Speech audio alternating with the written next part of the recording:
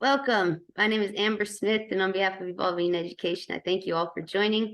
Today's date is September 13th, 2023, and this is our Learning Expedition Questions and Answers meeting. Evolving Education will be presenting on their online training, and we will also be touching on 3R educational solutions, and our head neuroscientist will talk to us a little bit about her insights on informing instruction through neuroscience. So without further ado, David, I'll let you go ahead and get started. No, David's froze. You froze there. Okay, David.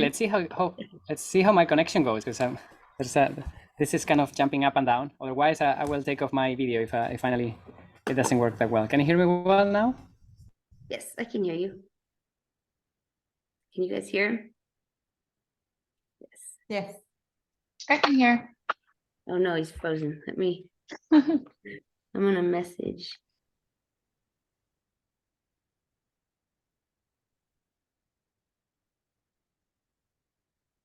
All right, so sorry about that. We'll let him get his technical difficulties out of the way there. Dr. Lee-Raz, would you like to introduce yourself? I'm not sure if everyone's met you yet. Oh, okay. Hi, everyone. I'm Limor. You can call me Limor. And basically, I've joined Evolving in Education. I love the mission. And it goes along the same mission of my own entity, my own company, which is to help children reach their fullest developmental potential. So I am a neuroscientist by training, and that's what I bring to the table, the measurable outcomes, collecting data along the way, and then using the established scientific studies to dive in deeper and understand how we can help kids get to their maximum brain potential. Wonderful. Thank you, Limor. All right, David, looks like you're back online. We'll go ahead with you. Let's see how it goes. I'll go as quickly as I can. Anyways, thank you, Amber, for organizing this event, and all of you for coming and putting your time in here. It's great to meet you, and I'm looking forward to learn more about you. I've got some slides prepared, but I just tell you a little bit about myself. Maybe first, now you mentioned Limor that you come from neuroscience. I also come from a biosciences background. Actually, I studied biotechnology and worked in pharmaceutical industry for several years. But then I found a calling in social entrepreneurship, in supporting people that were creating social startups that were designed for a social mission, to make the world a better place in one way or another. And the more I got into it, the more I got excited about this, and moved from just mentoring entrepreneurs to then running incubation programs. And then with my partner, Luz, decided to also move from science to education. I found that in education, there was really a core place to transform society, because really schools can be those places for experimentations about how to build just and sustainable society. But as we went into education, we found that what we were finding in the schools, and even on the research and the books and so on that we were reading, there was this beautiful theory that we were reading about and these nice stories, but then in the reality, we weren't finding those amazing examples of how to transform education to really support children to flourish. So we decided to go and research how that's actually working around the world, visiting some of the most innovative schools in about 17 countries. We keep counting because every year we go somewhere else. So this summer, for instance, we went to Egypt and the UK. We like to mix as well this global north, global south perspective, because there's a lot going on in the global south. Actually, they're super inspiring, and that's done with very little resources. And I think that's a great way to bring it to really anyone. And yeah, so that's kind of the beginning of my journey in education, that quest for finding out how can we do things differently and what can we learn from what's already out there. So let me share my screen, and and let's hope that my computer doesn't explode or something at this point. Oh, and this is the end of the presentation. Let's see if it goes to the beginning. Can I stop you for a minute here? Absolutely. Amber, there are two others in this on this call, should they introduce themselves before we jump in?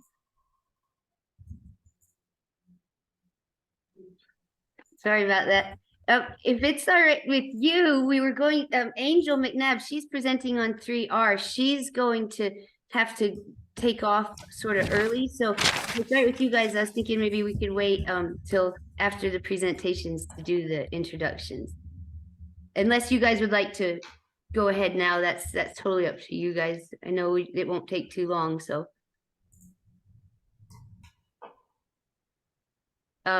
Okay, I guess if it's all right, yeah, we'll go ahead and do that afterwards. David, would you like to carry on?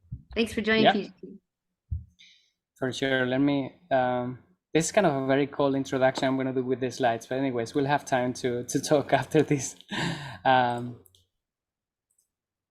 So here we are. So evolving education, that's how we actually met initially, Amber, because I found this Facebook group and was like, wait a minute, we almost have the same name.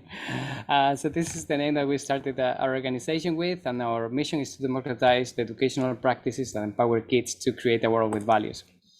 So as I said before, we went around in the world looking for what's happening out there, and we were amazed because it seemed like the education revolution had already happened. There are education pioneers doing amazing things all around the world, aiming for learner-centered education. And something that is beautiful is that it doesn't take a single standardized ways to bring it everywhere, but actually there's a diversity of ways and forms that can be applied. And that's fantastic because it allows for adaptation to different communities and different contexts. And there's a lot of networks that are also connecting these different innovators in education, and we're part of almost all of the ones that are here in one way or another. So what we have been doing have been researching what works in pioneer learning spaces, learning from more than 150 educators in 17 countries. We went around with our camera, sat down with them, with the founders, with the facilitators, sometimes with the families, with the children as well, and learned as much as we could from this diversity of learning spaces. However, after seeing all those things, we were actually pretty frustrated and a little bit angry because we were aware that while this was incredibly inspiring, the huge majority of children and youth still don't have access to learner-centered education. And that the biggest change that needs to happen after seeing all these things is not really about necessarily tools or really complicated methodologies, but really is the mindset of the educators. It's the power of the relationship that they build with their students and the kind of learning space that they create where children can feel trusted and where they feel that they can make their own mistakes and learn from them, and that there's actually no division between making a mistake and no difference between learning a mistake and learning from it. And we feel that this is particularly relevant now more than ever because of the three big changes that are happening right now in society. One of them affecting employment and purpose, actually, because you can go to university thinking that you're going to work in a particular field, but actually already in the US, more than 50% of graduates don't work on whatever they studied at university, and job automation is just increasing every single day. And the change of jobs is not necessarily a complete loss, but really a change of the landscape. On the second hand, mental health, greatly influenced by social media, by different work, family dynamics and community dynamics, a huge isolation in society, and the lack of our abilities to really build solid communities and relationship networks. And finally, climate change, which is already quite evidently. So it's not about how to prevent climate change, but rather how to deal with the effects of climate change, because it seems that the big agreements that need to happen at an international scale are not happening. So we're going to have to deal with the consequences. And society at large, my feeling is that is aware of these big challenges. A lot of families I speak with are aware of this, and this is something that is pushing, I think, society to look for new models for education, because families are aware of these things. Many schools are not adapting as fast as they could, and there's that potential, I think, in this moment of challenge to actually bring change. Another positive thing is that international organizations agree on the direction of change. And for instance, if we look at the advice from UNESCO, their top 1 and 2 competencies for the future are lifelong learning and self-agency. If we look at the European Union, their LifeCom framework also is focused on empowerment, agency, well-being, and this is Catalyst 2030. And the research report that they did about education, that number one is also learner-centered models, and skills for life is number two, and learning for living. So you see, it's all really moving into the same direction of how to empower young people to take responsibility, control of their own learning and their own lives, so that they can keep on learning along their lives and kind of adapting, reinventing themselves in whichever direction that they need to. So what we do at Evolving Education is to, on one hand, research what works already in real life, not reinventing the wheel, but actually looking for what's actually happening out there, documenting it the best that we can, recording in video educators that are putting these things into practice, and sharing this diversity and this beautiful diversity that allow us to expand our creativity educationally, and thinking that there are many possibilities, and then let's give it a try to some of them. If it doesn't work, let's move to another one, and so on. And then when we move to action, we do two main things. We build awareness campaigns through documentary films, audiovisual stories, lots of online content, and then how to support people to move to action. And the main way we have found to do that is through online experiential trainings. Our key one at the moment is the one I'm gonna show you next, and this is the Learning Expedition, which this month we're opening the doors of the next edition, the 2024, which starts in January. And our goal with this was to be a real launchpad to transform education, focus on those key pillars that I've been talking about: life skills, lifelong learning, community-based learning, learner-centered education, all these topics that I think we're all very passionate about. We want to see how to actually make this possible. So the goal of the program is to support people to transcend from teachers to facilitator of meaningful learning, empowering young people to take responsibility for their own learning. And in that process, creating pioneering learning spaces that allow children and youth to flourish. And we use design thinking as a methodology for anyone to really develop experiments in their context. And we have worked with families, with school founders, with teachers. I'll show a bit more about that later. And we know that it's very hard to do this alone, because anytime that you try to do something different, you find a massive resistance from a huge chunk of the population that are not aware of those challenges, or are not aware about in which direction we can move. So for this reason, we have been working a lot on building a global community of education change makers that are aligned in those same values and the same direction of travel, so that we can meet regularly and feeling part of this global force for change that is actually happening around the world. How do we do that? So we spent a lot of time doing little experiments, finding out how to transfer this information more efficiently.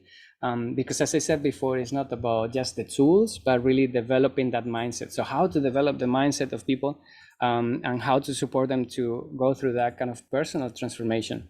And these are the three key steps that define how we do that. We call it the method expedition because of the first three letters that you see here: explore, experience, and express. So first of all, we explore the widest diversity of educational tools for progressive learning: holistic, socio-constructivist, self-directed, agile, democratic, explaining videos by more than 150 people. One of the, if people can empathize with me or with my partner or with that, some of the people in the videos, out of those 150 people, I'm sure that someone is going to inspire you. And we asked them actually along the program, who has been inspiring you most in this model, on this training. And different people have different connections. Particularly, most people connect with people that are in similar contexts, whether it's in conventional schools or family creating their own learning space.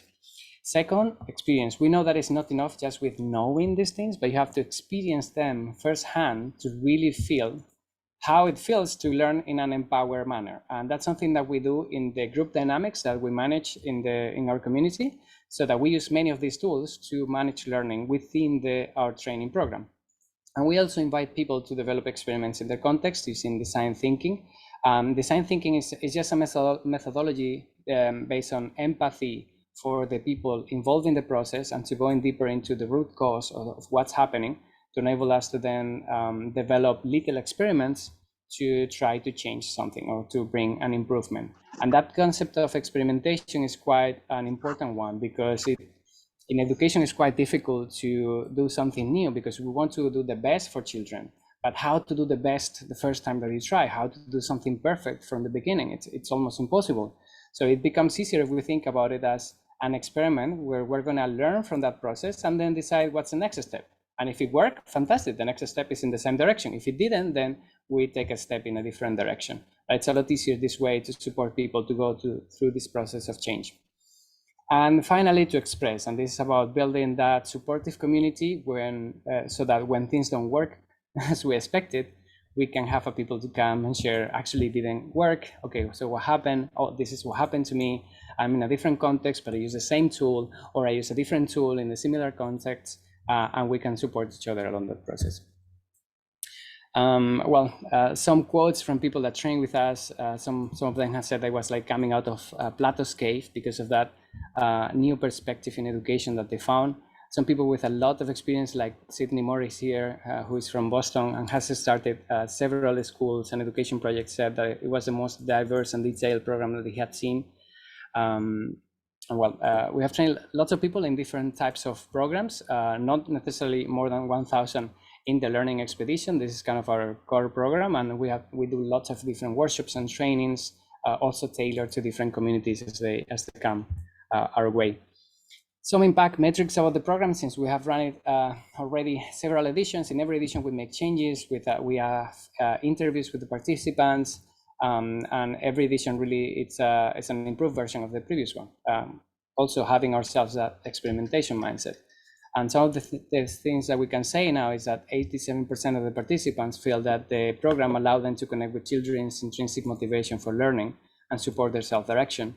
That 78% felt part of a global community of education change makers, and that 96% felt more confident in their ability to develop new initiatives in education. Last Tuesday, we had an online event where we didn't present. The people that presented was people that completed our program, and they share how they had created a new learning center, an agile learning center. Another teacher shared, a school director, how she was moving towards more democratic horizontal environment in her school. There was Joao from the Netherlands sharing about how he was using experiential learning in his family. Like lots of different perspectives of how people felt more empowered, more confident in their abilities to actually take action in this direction of learner-centered education.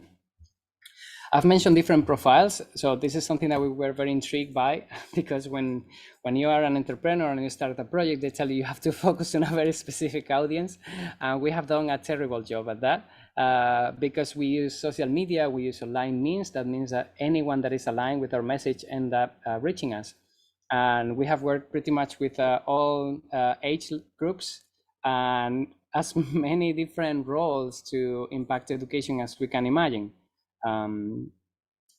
Program managers, for instance, refer to people managing education NGOs. Graduate students are people starting to become teachers that have done the training. Those are maybe the minority. The larger chunk being learning facilitators in progressive learning centers, founders of new learning communities, teachers in conventional schools, and families that are using these methodologies in their own families.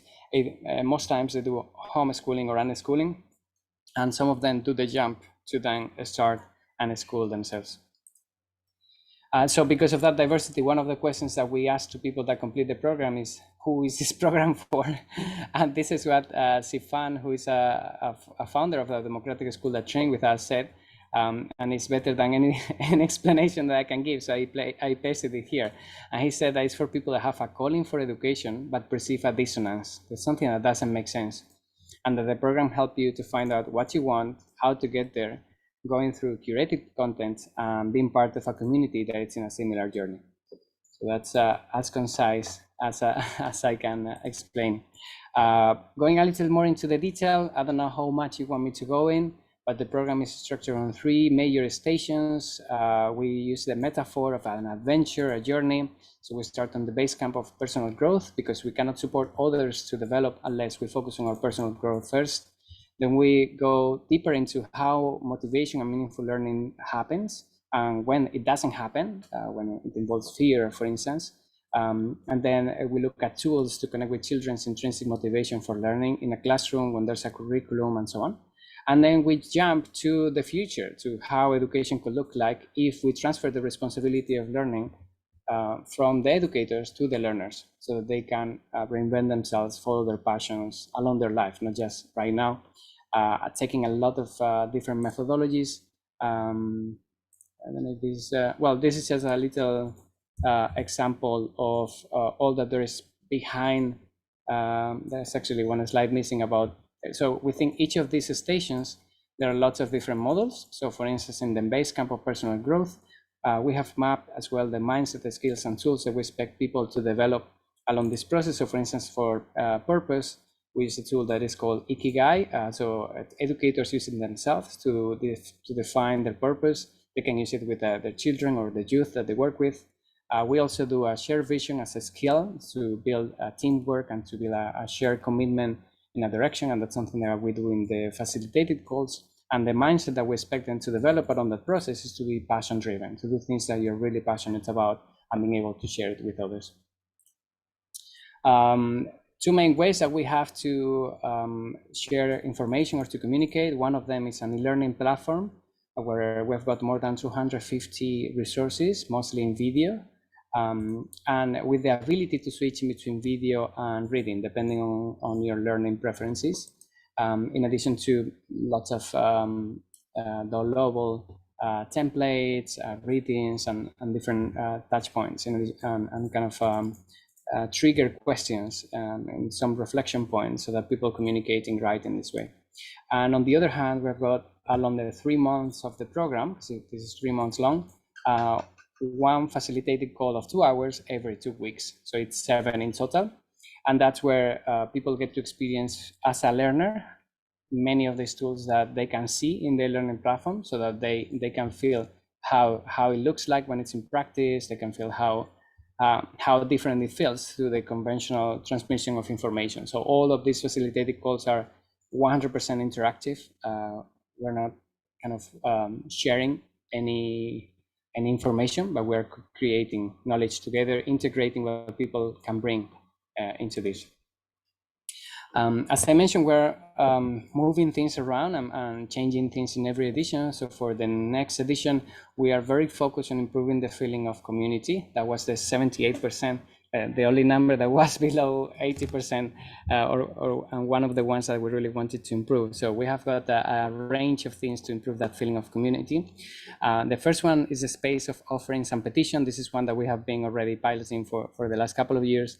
And this is a space so that people can adapt the program to their needs, even to things that we have not predicted, because obviously we cannot cover 100% of the needs of the people. We cannot know them all. So this is a space where people can bring in new things and then supporting each other to solve those challenges. Also about sharing things that you're really good at. And so we got a space for that. Dream Cafe are going to be 6 additional video calls, so that every week there's going to be a touch point, either a facilitated call or one of the Dream Cafe sessions. And these are going to be unstructured sessions that people ask us for, so that they could connect more with each other, share where they are in their own projects and lives, and really building those strong relationships that then can continue beyond the program. The buddy system, so that people can pair up at the beginning and then share their own reflections and maybe even creating new initiatives on the program. 1 month of additional access. This is something that we added in the last edition because people asked us for it. After 3 months, they were like, I don't want to lose access to all these resources. I haven't seen all I wanted to, and so on. So we just said, okay, if you need it, we'll add the month, an additional month. So for the next edition, it's going to be a given from the beginning that everyone will have 4 months of access to all the resources. And finally, the alumni network. So the more editions we do, the more people we add into our network that are actively working to transform education, like the people that presented yesterday, Tuesday. So that's going to be, so far, I can say lifelong access, but I don't know how long I'm going to last. So let's say that it's a network that we are very much supporting, and we're meeting regularly every couple of months approximately to check where we are, to do some activities and share resources and so on. Maybe I stop there and I come back here because I've been talking very fast. Thank you so much, David. That was incredible. So we'll go ahead and open up to the Q&A. Does anyone have any questions for David about the learning expedition? Timur, I know you probably. Oh yeah, I always have questions, but this is an easy one. A question and a comment. Thank you for that. That I love learning about what you do, and Amber has been talking about evolving education for a while. So thank you for giving us such a nice summary. And congratulations for establishing. It looks like a lot of work, good work has been put into that. A quick question: how long did you say the program is? Yeah, it's 3 months long. And the plan is to start mid-January next year, and then we'll have an additional month of access to the resources. That's kind of the vision that we are kind of promoting ourselves. Now, if we got maybe a partnership over here to do something specifically in the US with the specific schools, and we can do it at a different time, that's also possible. We just need to have enough people so that it's worth it to run the program at that time. So just so that I understand, 3 months, but each participant does it at their own pace. So how many, what is the composition of it? How many modules are we talking about? Mm-hmm. Or how is it? Okay. You had a slide, but I didn't see Yeah, how and many actually lessons. I was missing actually one particular slide. So let me actually add that one to answer your question, because I was in another presentation. This one. Maybe I'll take also, sorry, I think this is gonna help to clarify. Okay, let me share my screen again. And thank you for your question. This way we can, I didn't know how much in detail to go. So this was the slide I was missing before. So these are all the modules that there are within these 3 key stations. Each of the stations lasts approximately 1 month. The first one is actually just 3 weeks, the base camp of personal growth. And the remaining week we added at the end as a reflection week for the whole program. In total, we have got about 250 resources, and the program makes approximately 60 hours of training combined. I've got like a summary slide that I just added. So it's 3 months of access to all the resources with 250 curated videos and so on. The 7 facilitated community calls, 2 hours long, plus the recording if anyone misses anything. There's an online forum within the e-learning platform, a structure around key questions. It's not just a forum, but after certain videos or readings, then there's a trigger question of when was the last time, or can you one of these questions. The framework to develop projects with design thinking, the downloadable activities, and a certificate of completion equivalent to about 60 hours of training, plus all the 5 bonuses I just mentioned. Okay, thank you. That answers that question. And one comment, I had that reading Amber and I were working on the proposal and you revised the part of that. So my question was, how do you measure intrinsic motivation in children? Because you had a comment there that I think it was 87% of the people who have taken your course claim that this built children intrinsic motivation. Can you comment on that? So it wasn't about the building of children intrinsic motivation, but rather that they felt more confident in their ability to work with children's intrinsic motivation for learning. Okay. Yes, because where I come from, in the world of science, measuring intrinsic motivation is extremely hard because, it's like measuring something so abstract. So my question is, how do you gauge that? Yeah. So we didn't do like research on the children. Our surveys was on the educators that took the training. So it was about how they felt about their ability to do that. So before the training, maybe they had a lower understanding of what intrinsic motivation is, how it works, what are the key elements, and what type of activities or learning frameworks they can use to support children's intrinsic motivation for learning, something that is kind of our key instinctive human nature. And after the program, they felt that now they were more able to create those type of learning experiences. Okay.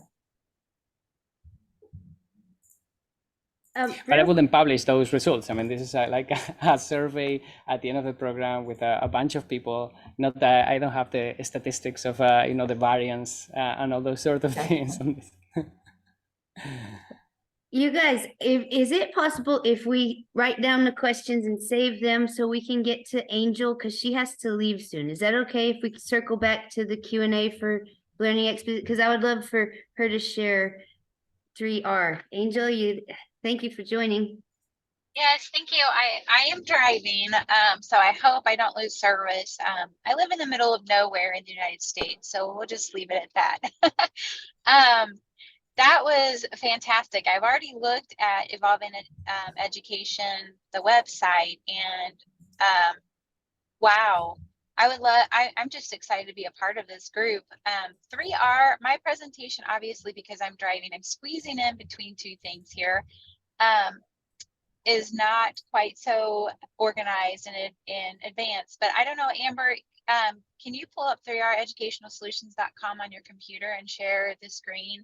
We Yes. have been doing work. We are babies in this quest. I've been in public education here in Missouri, United States for over 20 years, and I got this idea just as a kind of as a frustrated educator myself and as a mom.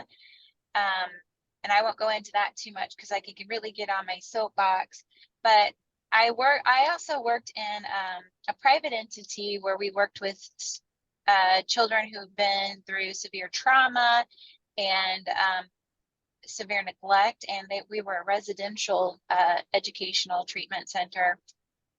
And I got my certification for trauma-informed training for educators while I was doing that job. And then I became a yoga certified trainer and social emotional learning trainer. So I wanted to bring this to public education because it is really just about best practice. And with all these challenges, our underlying theme, I guess you could say, for anybody that I asked to create courses for our platform, is social emotional learning. So does your course support teachers with a social emotional learning undertone? Like, do your practices and strategies you're giving teachers, is it friendly in a way where children who are traumatized, because we all have some trauma. I'm sure that you guys, I shouldn't say I'm sure, but familiar with the ACEs study, adverse childhood experiences. We all have some type of adverse childhood experience. And I just asked them, like, keep all these components in mind. So what you're looking at, I'm currently developing that course on the far right. We do a lot with sound therapy. My partner, who just jumped on board with me, no questions asked, was just called to do this. She said she does sound therapy. We're having our first full team meeting. We hired a lady out of New Orleans. She's going to do some different things with AI and how to teach teachers to use it effectively, and how to teach children to use it I guess, like, smart and effectively, not to abuse it, and to understand the power it has, because that it can be a scary thing and it can be a very beneficial thing. So our first team meeting is tomorrow, and I really wish I had some family things going on out of the state, and I was a long way away from home last week, and I wanted to have my meeting with my new team last week before this meeting, and I just couldn't make it happen. So I'll have more information soon, but teachers can get on here and purchase professional learning through their school or just independently. I don't know how it is in other countries, but a lot of schools here, teachers are mandated to complete so many hours of professional development. And in Missouri, we're fortunate that a lot of those hours are included in within their contracted time. there are other states that aren't as fortunate and they could just get audited at any time, which I was like, wow, that's insane. So you just have to find time on your own to do this learning. And post-pandemic is kind of when I went, wow, we need to offer this so teachers can do this on their time, but I want qualified leaders who can, you know, offer that certification, offer those hours. So depending on how long the course takes to get through and what certification the teachers hold, that's how many hours they get. So for instance, a new teacher fresh out of college here in Missouri, I think they need 50 or 55 hours of professional learning. And veteran teachers like myself, towards the end of your career or middle of your career, you only need 30 or 35. And that's pretty easy to get, honestly, especially being in Missouri. But for some teachers, what I'm learning, like in New York and New Jersey, and I don't even know what it's like throughout the world. I need to do more research, but they are just on their own to get 50 hours. And that can be hard to do with a tight schedule. So that's kind of not only just bringing, like what you're looking at here, Amber has pulled up. I have a friend who has created a social emotional learning curriculum with a yoga influence. So there's a lot of yoga practices, there's a lot of reading, a lot of literature involved, lessons, and kind of we do videos overview, or you could just purchase this curriculum. And the ones I'm offering is basically a video overview with some handouts and some like little quizzes that they can take to their administrator and say, here you are, I have completed this, and you know, it's able to be purchased for other teachers. But I think the thing I also am really excited about is doing like a teacher wellness. We have here we have a mass exodus, I think, in the public education, where we've just kind of accepted anybody to teach because teachers are just leaving. They're leaving the field because of the lack of accountability and the lack of support. And so there just needs to be, they just need more support. So like I said, we're babies in the industry right now. I'm a veteran teacher myself, a longtime educator, but our business is just getting started. And I found Amber on LinkedIn and just loved the ideas and everything behind what she's wanting to do. So I just pulled up, I wear a lot of hats, so I'm at another meeting where I've got to present, but I have a few minutes for questions, and I'd be happy to meet again sometime and give you a better overview, hopefully with more courses to show you. Wonderful. Thank you so much. So does anyone have any questions? I have a really quick one. How long is your courses? Like, let's say the K through 6 or the K through 2nd. Okay, so that's just a bundle of the actual curriculum. That one probably wouldn't take very long for the teacher to do. It's probably an hour or so for them to get an overview, but then to present the actual curriculum to the students, it's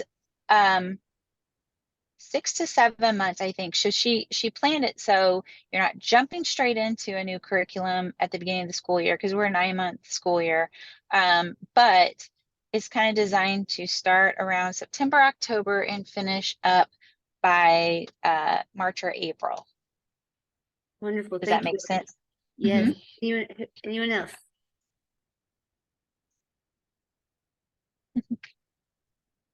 Limor, do you have any questions for Angel? I'm holding back because I want to hear everybody else as well. I don't be the only one asking questions. But just very quick one. What gives your program an edge? Because to be honest, I'm offering these types of courses myself here in Wisconsin. I'm now a part of an organization doing exactly what you described. It's not in the realm of yoga, and it's more brain development, which is my field. But my question is, there are many, many websites out there exactly like you're describing. So what gives your program an edge? Well, that is a great question, and that's something we've hired a marketer to help us with because, like I said, I just what spurred me on to do this was I was seeing so much great teaching and great strategies in classrooms, but this teacher was weak in this and that teacher was weak in that, but strong in this, and I just wanted to give them a platform to share their knowledge. And I guess the edge is that we have educators from all over the United States. So depending on your area of expertise, we're going to have quite a wide variety of, and like you said, you're going to be brain development. So I want to pick your brain too. And Evolving Educations, we have affiliate programs on our website, and we, like I said, we're so new at this, and I'm learning something every day. Where if you put us on your website and vice versa with however they track it, cookies, I'm so technology stupid, it's not even funny. But if they click on, they're on your page and they click on ours and then they end up buying a course, then you get a kickback for that. So whatever funding you might need to do any other research or just trying to earn some money, then your website would get some type of kickback, or your owner of your website would get that. So we're working on that. So if anybody wants to be an affiliate with us out there, we're all in. We're just, like I said, we're getting more programs every day and meeting with my new team. We're only a small team of about 10 right now, and one of those is our marketer. So we're trying to build our team.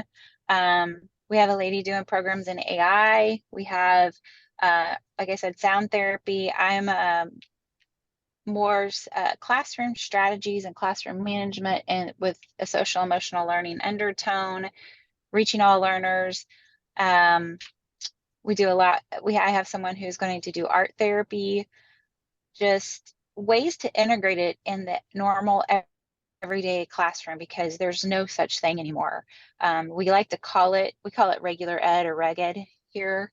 And I don't even think regular ed exists anymore the way it did when I started teaching. So teachers like myself, or maybe even a few years less experience, they don't know what to do with these kids who have emotional outbursts. They don't know how to regulate. So that's kind of where I come in. I think that's my area of expertise, is giving those strategies and accountability strategies to help kids be successful in the classroom. So help me find an edge. I'm just, I don't know if we have an edge. I think you just mentioned it. Your niche is very important. Yes, thank you for that. Yes.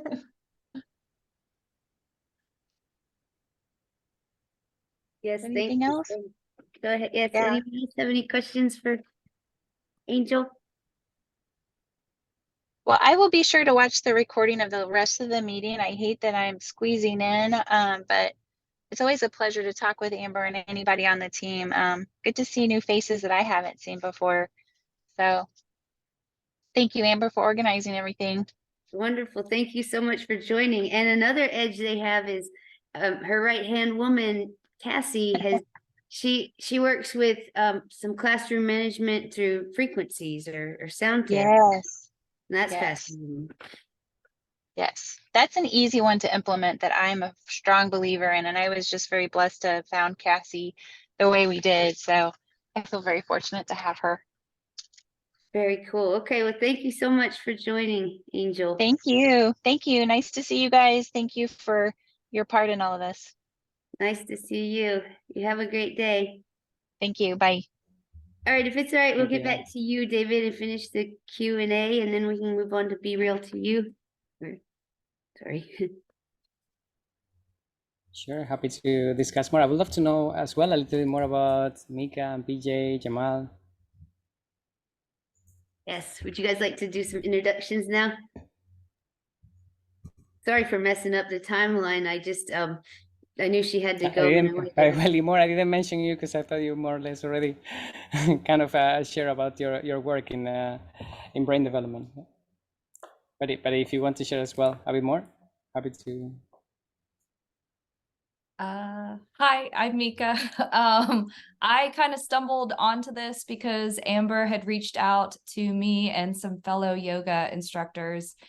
I'm in Alabama too, so she had reached out, asked if one of us wanted to do the mindful discussion, and so I volunteered and I got to be here for one of the discussions, and I kind of got really interested in it. I think that I've always had an interest in education. I've taught for about 7 years, so she kind of hooked me, and that's why I'm here, just to learn more and to understand more what you guys are doing. And yeah, I'm interested. So that's kind of why I'm here, is just really to learn and just kind of take in right now. So hi, everybody.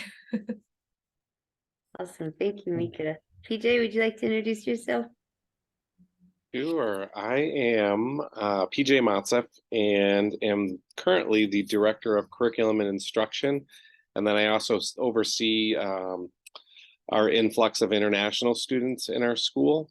So I work in a public school in upstate New York, very rural. So lots of needs, just from the standpoint of lack of resources, but have spent about 20 years in education as a teacher and now in administration, and have been watching for years the slow process and I apologize for cars going by. I need to be outside.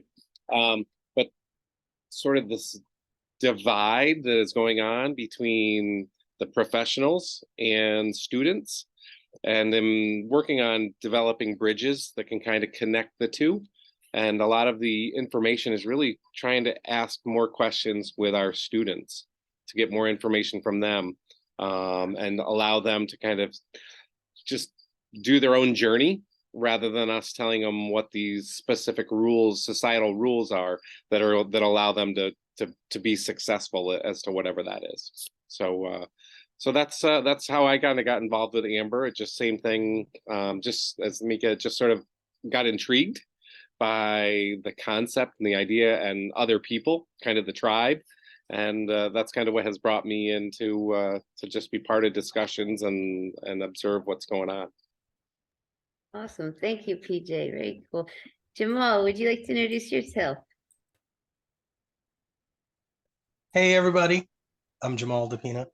I'm the IT fellow for the group.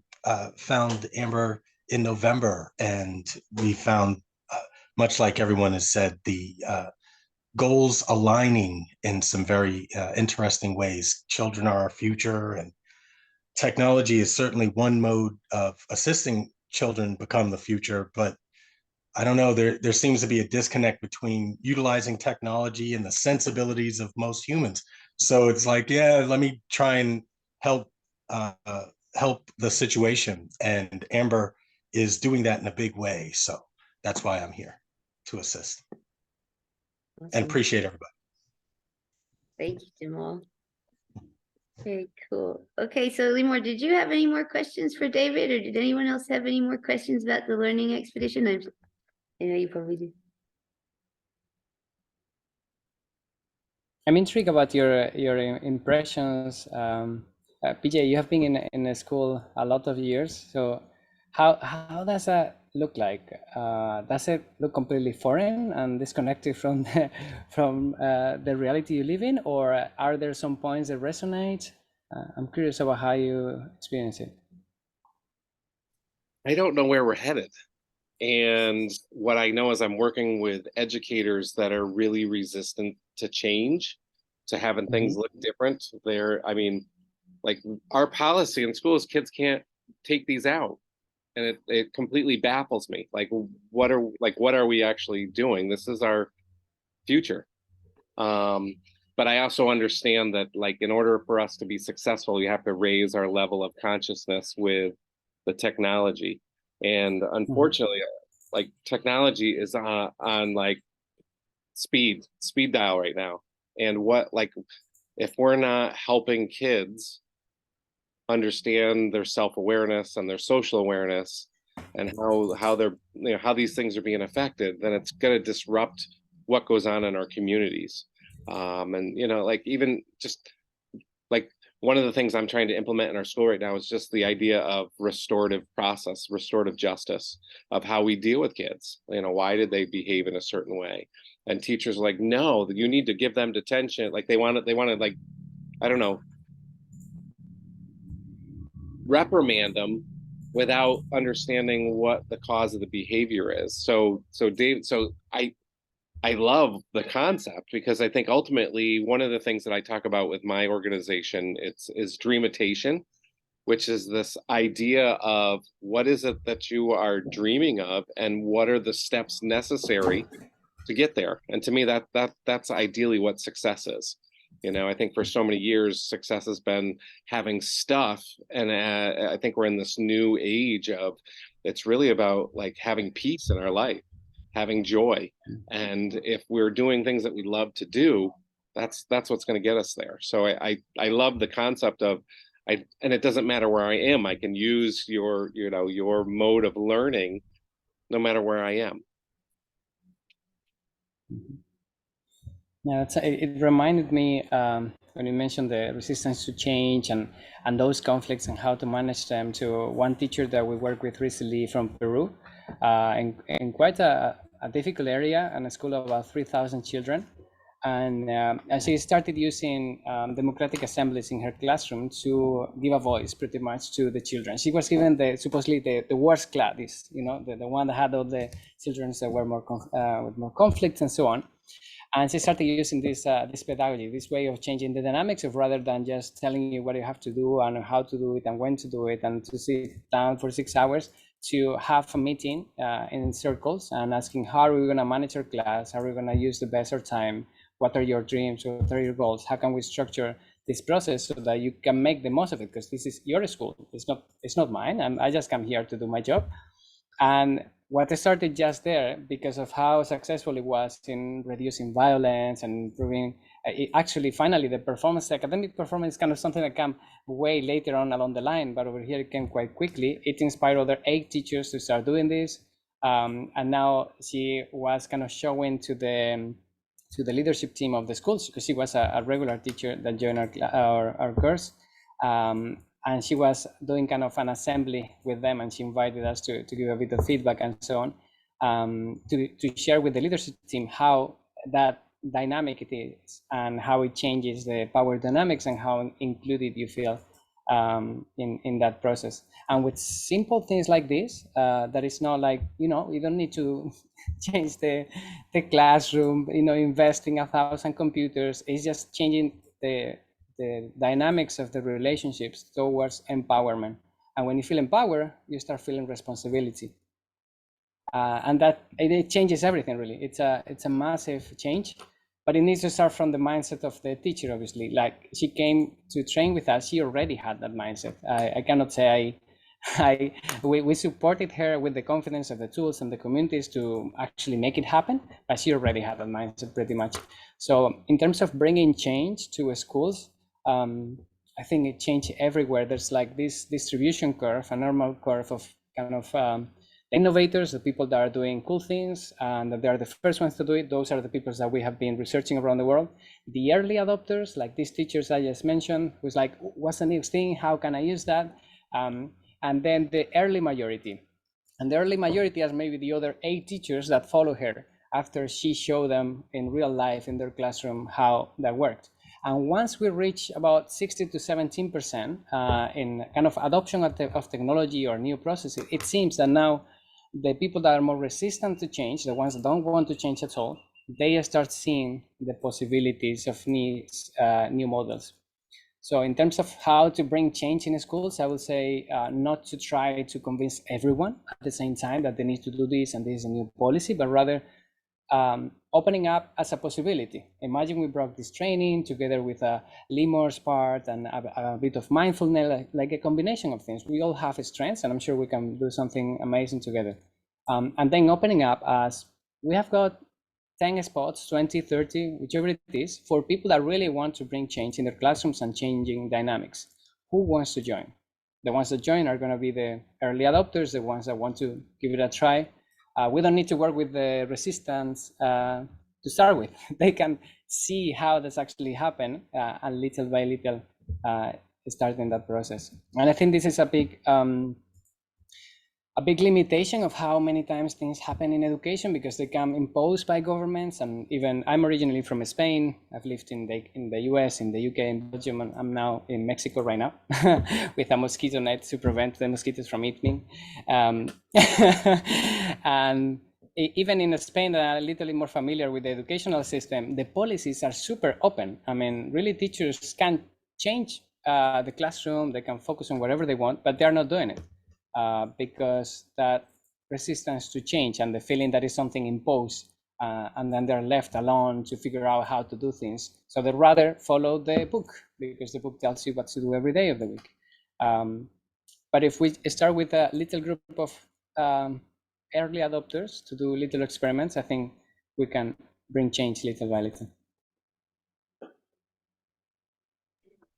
Indeed. Thank you, David. And I love what you're saying about, all of us working together.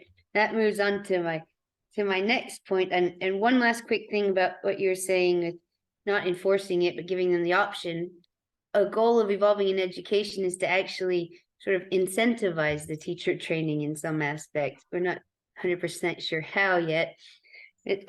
Anyway, so I just want to just touch on really quickly that Evolving in Education's mission is to combine global best practices with developmental neuroscience and psychology, and to work with all you great folks to uphold the excellence of your teacher training, while further, informing to the fullest extent possible with every resource we can provide, and through grant funding to provide this training in the most palatable, the most easily accessible way possible to as many teachers as possible in public education. And now, if anyone has anything to add to that, or any comments on that, I'd be elated to hear them. I have a comment about what you said about incentivizing the training and actually opposing it openly. If I will have funding to do something, it wouldn't be to pay teachers to join a training, but it would be to celebrate successes afterwards. So in a sense, we're already giving you this training for free, you can join it, and now the people complete it, that do a project, that have done something meaningful in the classroom, we celebrate it, and everyone says it. And something that happens, I watched the other day a video from a neuroscientist from Spain, and he was sharing this experiment where that explained that people are altruistic by nature, even babies, before they speak, when they see that someone needs something and it was hidden by another person or something, they point out what it is. And he mentioned that when the children are rewarded for that, when they're giving something, a candy or something, then they stop doing it unless they are rewarded again. So I think we need to attract the teachers that are intrinsically motivated to bring change, that see the reality in the classroom and the children, and they want to do something about it. And then giving all the support that we can. And one of the key things I think is recognition. Teachers are not recognized enough for all the effort that they put. So if we can make at the end, like an event, a party, something that shows that they are doing an amazing work, that now they become a little star in their school and someone to look up to. Yes, that's wonderful. I love what you're saying about that, and about after rewarding them after, and we're not necessarily talking about money. Jamal has lots of ideas on how to incentivize. Now, Limor, would you like to share your insights on the integration of neuroscience into these programs? I've been thinking a lot about, David has a point. It's true with kids, if you're trying to teach them something and you give them a piece of candy, not going to work. Yeah. It may work for the short term, but you are actually hindering their learning process. That's a 101 psychology, but more on that we could talk later. I'm actually going to have to run in a few minutes, but I have another appointment. But to wrap it up, I love what I'm hearing. There's a lot of good going on, and I love that there are so many collaborators Amber, that you were able to attract, and now we can actually dive into the details and see how we can all come together. In terms of answering your question, how neuroscience, it's a very big question, and I have been thinking about it. It's more than just the neuroscience tools, there's a lot going on. When you think about, if we get a pilot school, that's how I'm thinking about this. You get a pilot school in Alabama, Layton, where you are, Amber. And if we're going to enter a classroom and make changes, yes, David's program is very strong and I love it. And I would like to, learn more about it, but it's deeper than that. I think we have to integrate a lot of other things into it, right? If you're going to make a huge change in the classroom, it's not just training the teachers. They're going to be, the way I think about it, it's a multifaceted issue. So I'm still thinking, and of course we don't have all the answers. And I think we need to draw in more collaborations and more discussions to solidify what would that look like. Yes. And in terms of neuroscience, it's just brain development. I mean, I'm coming at it from the point of how the brain develops. So bringing the psychological tools, and have one of the big things I am after is having measurable goals, which I have incorporated in our recent grant. How do we measure the outcomes? Because at the end of the day, we do want to show that what we did together is effective. Yes, and Limor just finished 3 great schematics for evolving in education. I'll share those with you all later. Really quickly though, I'm fascinated by the neuroplasticity aspect and multisensory approaches. I feel I've done some research, and I feel that the cognitive processes, neuroplasticity, can be hopefully sort of observed and enhanced through neuroscience. I love what you've talked about with the BDNF and the brain structures, the musical instruments. Okay, cool. Well, thank you, everyone. I'm just going to have to run, but great meeting, and I hope to connect with you soon. Thank you for joining, Limor. Really appreciate that. Now, PJ, I know we're over time, but I don't reckon you shared about about Be Real to You yet. Would you like to share any more about your project? Sure, I can touch on that. So I'm in partnership with another educator that's in his 30th year and a professor from Adelphi University. And what we've designed is a program where we actually go in and work hands-on with students and schools, and then really kind of start to understand their story and where they're at. And the whole concept is that they are going to take their story and then go share it with an upper elementary classroom.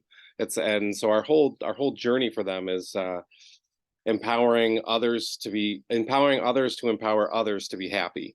So, but it all stems from starting to understand where they're at and asking those deeper questions. And then the idea is to start to get staff to dive in a little bit deeper. But right now we're really tapped into working with just our youth, anywhere between like 13 and 18, because we just feel like that's from an SEL world, from the social emotional world, there's so many programs that are effective at the elementary level, but there's really not much at the high school level right now that's out there. And so, but there is some proven research on mentoring that is effective. And so we're kind of looking at that and how that's structured. And so in my school, that's one of the programs that I put together is a teacher mentor with students, and giving them at least one adult in the building that they can kind of turn to. So I've kind of tapped into a program and have designed it to work with our teachers where it's not extra work for them, but it's 15 or 20 minutes a month where they can just connect with the student in a positive way. That's awesome. Yeah. Mentors, I think it's a key part, and it changes completely the dynamic when you have someone that you can go to for that. And it resonated a lot with me because we're building for next year. It's not there yet, but a program directly for youth. That it wasn't our idea initially, but as you have mentioned, lots of those topics. So yeah, for people actually 15, I would say even 35, because I've got so many friends in their 30s that they still are figuring out what they want to do in their lives, and quite disappointed. So we're putting something together about purpose, community, critical thinking in the digital age, also those key topics, and with that kind of supportive community of a safe space where you can express yourself.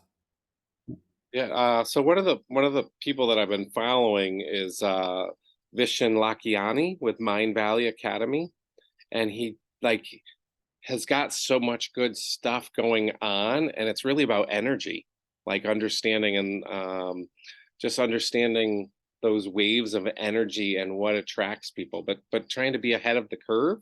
And I know I just did a 12-hour seminar a couple weeks ago on AI, trying to understand that and almost give my staff a heads up that guess what, the kids are going to be bringing this in, and my guess is you're going to be calling it cheating. But the reality of it is that, and I guess that's why we got to continue to ask the students the questions. How are you learning? What is effective? Because I literally sat with a teacher for 45 minutes today, and he feels that I'm handing out all their pages. They just got to read it and answer the questions. I go, yeah, but that's not their learning style. They want 30 seconds on TikTok, and they have all the information that you're trying to make them read for an hour and a half. I said, so how are we going to move forward? Because, I go, you want to keep your job and have kids signing up for your course, I go, but you're not like meeting their need. And that becomes a problem, because now how do we keep you employed? Because you're a great teacher, but you're not changing with the times. And so kids don't want to be in your classroom. They want to sign up for something else, and so his response was, well, they want to be with a cool teacher, which are these younger teachers that are willing to connect with them on a personal level and teach in a different way, and do more like projects, problem-based projects that students can really, it's their idea, their concept, and now they're exploring it. So it's interesting to just watch. But again, I think it really boils down to just like in life, like we can only provide tools, and when people are ready and willing and are interested, that's when the growth will take place. Definitely. Thank you, PJ. I'm excited that you brought up Mind Valley. Vishen Lakiani, he turned me on to the Silva method, which changed my life about a year ago. Yes, meditation. I just feel, it's 15 minutes of my day to get me started and segment intend and really just come up with like, oh, I'm going to have a great day, and I get to control that. Yes. Consciousness is really phenomenal. Something, or intuition, something we all have, which we can, through mindfulness, sort of access. And that's another goal of Evolving in Education, is to incorporate that into whatever the school day looks like. Mika, she led our mindfulness, fitness, well-being focus group last month. She did she did some mindfulness stretches with us, and I asked her if she had any insights on how to incorporate that, good ways to incorporate that into everyday school life for children. And she said she thought a good idea would be to just start in the morning with some breath work, so that, if something goes sort of pear-shaped throughout the day, they can just defer back to that. That's the tool we have built in, in our tool belt that a lot of us have forgotten about, is our breathing. Yeah. And it's interesting. Right now I'm working with a high school soccer team. And when I reached out to the coach, his initial piece was, I said, I want to work on just guided imagery. And he's like, I just don't want the kids laying down, holding their nose and trying to stay awake. And I said, well, I guess what you're trying to refer to is just breathing. I said, that's all we're talking about. I said, but like, they can't be in a state of flow unless they're in relaxation. I said that level of anxiety or, I go, it can go either way. I said, so we need to establish that, and they need to know what that emotion is that they're feeling when they step on those butterflies, what they are. But it's been awesome, because the team's 5-0 right now, and I spend about 15 to 20 minutes with them before every game. But I also have spent a lot of their preseason pulling them in, so he was real open to it. And now I think he's seeing the benefits of it. But it was so funny because I heard sound therapy on there, and the concept of binaural beats, and allowing that vibration to get them into a state of gamma has been something that I've been working with them. So it's been real neat to just, the kids are so open.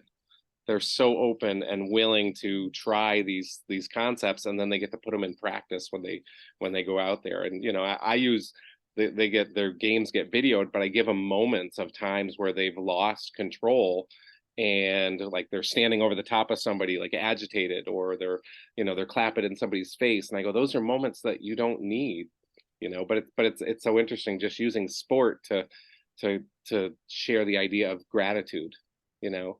If the ref's making bad calls, there's probably an energy that's being sent out that something isn't quite right.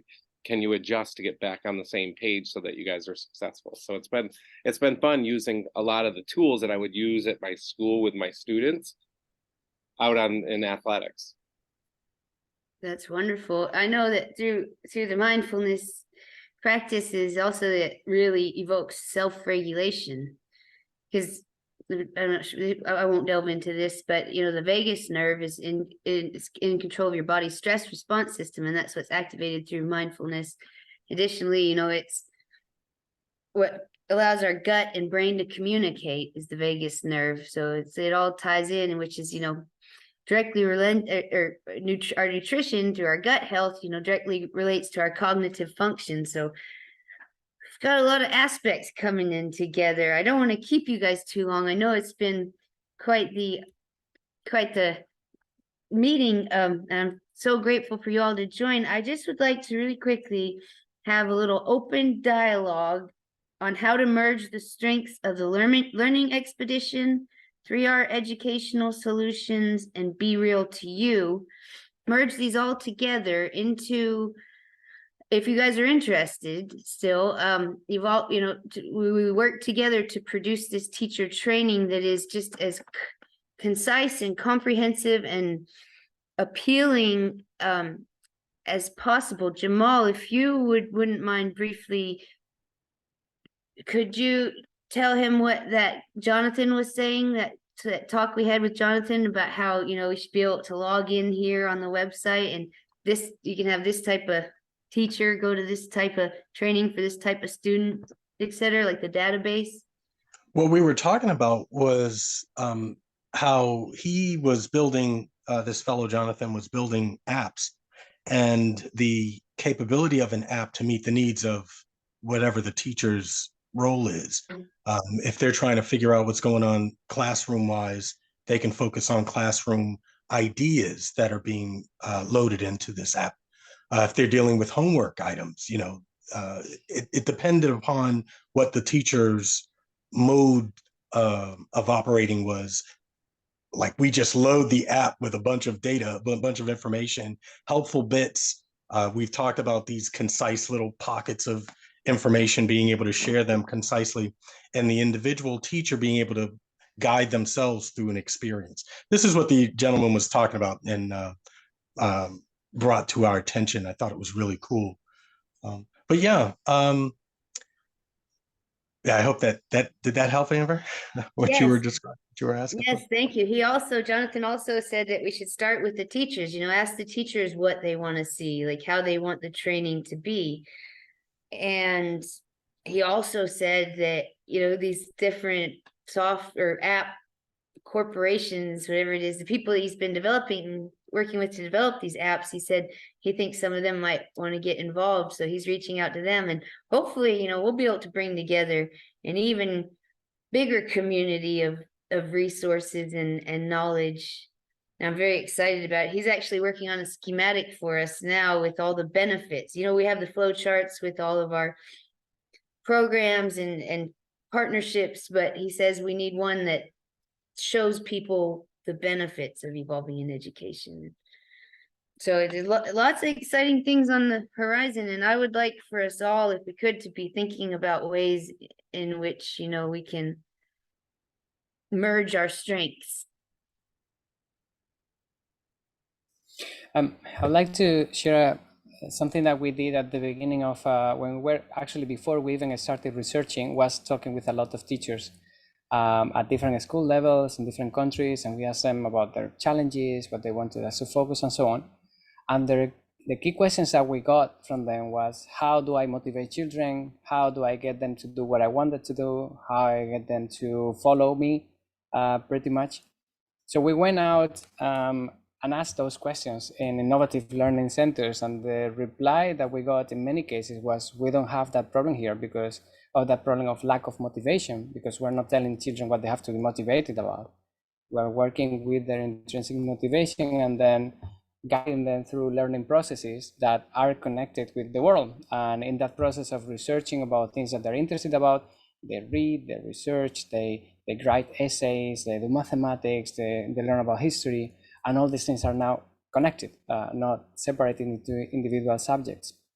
So I think it's really important to talk with teachers and with the school directors, really with everyone, with parents and so on, and then taking that and saying, okay, how can I support these people? Because we all have particular perceptions about the problems and how to solve them. And that question that we got about how to motivate children kind of comes from an educational paradigm that I don't think that is fit for today's world, which is about how do I keep doing exactly the same thing that I'm doing, but without anyone complaining in my classroom and everyone quietly. The answer that we found to that was to build up a process of self-reflection about their own experiences as children in the school, about what they feel when with other children, and then through kind of those collective reflections, hearing other people's perspectives, and so little by little reaching their own conclusions that there's something that didn't make sense in those dynamics, and then if we change the dynamics, then we might stop having those problems with motivation, like that example I put before from that teacher in Peru. Yeah. Anyways, just something that I wanted to share, because we spent a lot of time on the kind of using these methodologies from social innovation that is based on empathy with the user and from understanding their needs and their context and so on. And after all the research, at the end, we were like, wait a minute, we're trying to kind of building on a direction that it doesn't seem to take us anywhere. Yeah, just to share that. Thank you for sharing that. Yesterday, I was doing some research on, or reading some peer-reviewed study on, I hear that cognitive gamified learning can increase student intrinsic motivation. And it said that through, like, for instance, collaborative competition, etc. And that brings me to really quick, I don't want to take too much of you guys' time, but I would love to just briefly touch on educational technology and ask you guys, are you familiar with adapted pathways with technology, which is algorithms and data analysis for real-time progress assessment? I believe that's ed tech. Anyone familiar with that? I can share a bit. In a couple of weeks, I'll be in a congress of educational technologies, participating in a panel about what direction technology can take. And I think this is a super powerful tool, and that precisely because it liberates the teachers from the role of transmitting all the information, of knowing all the answers, so they can focus on the relationships, on the feeling of belonging of the classroom, and on restorative justice processes of solving conflicts and growing from them. So for instance, if we think about one of the most advanced or most well-known, particularly in the US, adaptive pathways would be Khan Academy, which for a long time have been offering pretty much the whole curriculum in video. And so now they have an artificial intelligence bot that asks you reflective questions, coaching questions along the learning processes in individual manner. So it's like a mentor for each child to kind of going deeper into any of the contents that they want to. And also for the teachers, they also have an equivalent bot that gives advice to the teachers about what type of questions they can bring out in the classroom to make it more interested in their curriculum planning sessions and things like this. So I think there's a lot of potential on these things, but I will also encourage us to imagine how to use this to go beyond the existing curriculum. Let me explain myself. I feel like AI is such a powerful tool, and we're using it as if we had a smartphone and we use it only to make phone calls. So we use it an adaptive learning pathway so that it teaches children exactly the same curriculum, just that now it's a little bit personalized. So it asks you a question that's a little bit more harder than the previous one, but not too hard, so it doesn't demotivate you. but you're pretty much learning exactly the same narrow stream of context, which hasn't been where you don't have any input. And I feel that with the power of AI, now you can really have every child in the classroom exploring their interests and building teams to research and develop projects in any direction, because you don't need to provide them with all the information that there's in the world. You don't need to be the all knowledgeable person, but you can be a facilitator of learning processes and ensuring that they're cooperating in a healthy manner, that they are developing essential skills along the process. And I think that's kind of education 3.0. I think these technologies are going to start being implemented as a way to liberate teachers' time from transmitting information, because you can use AI for this. But I think the next step is how to use this technology in a learner-centered manner, because this is using it in a curriculum-centered manner. This is about how we transmit the curriculum in an efficient manner, but still without caring about the child. In a learner-centered manner will be how do we use it to help them find their passions and to persevere on their goals. Yes, the capabilities of the educational technology to differentiate instruction and provide personalized learning, that's phenomenal. And it's a little disheartening how we haven't yet as a society engaged all the stakeholders and come together on AI. You know, a lot of societies just terrified of it. And, you know, as we should be, if we can't harness it and embrace it wisely and ethically, you know, it's terrifying. But if we can, it gives us every advantage. You know, it gives us a great assistance, the power of it. So I look forward to working towards that. And I'm that's happy all. to share what I learned in this Congress. I'm going mostly to learn, just that they put me in a panel, but I really don't know what I'm going to talk about. So I'll let you know how it goes, because it's really not my expertise. It's just an area that obviously is imparting education, and I think it's an amazing tool. So I'm trying to see how to connect with people that are experts on this, so that we can integrate this. I'm more focused on the human development of the teachers, so that they can switch this role from transmitter of information to facilitator of learning processes. David, when is the panel? It's well, I think it's gonna be in Spanish, by the way, but because it's a congress in Mexico. It's called eTech Evolving Education again. So they reach out to me somehow, but it's on the last week of September.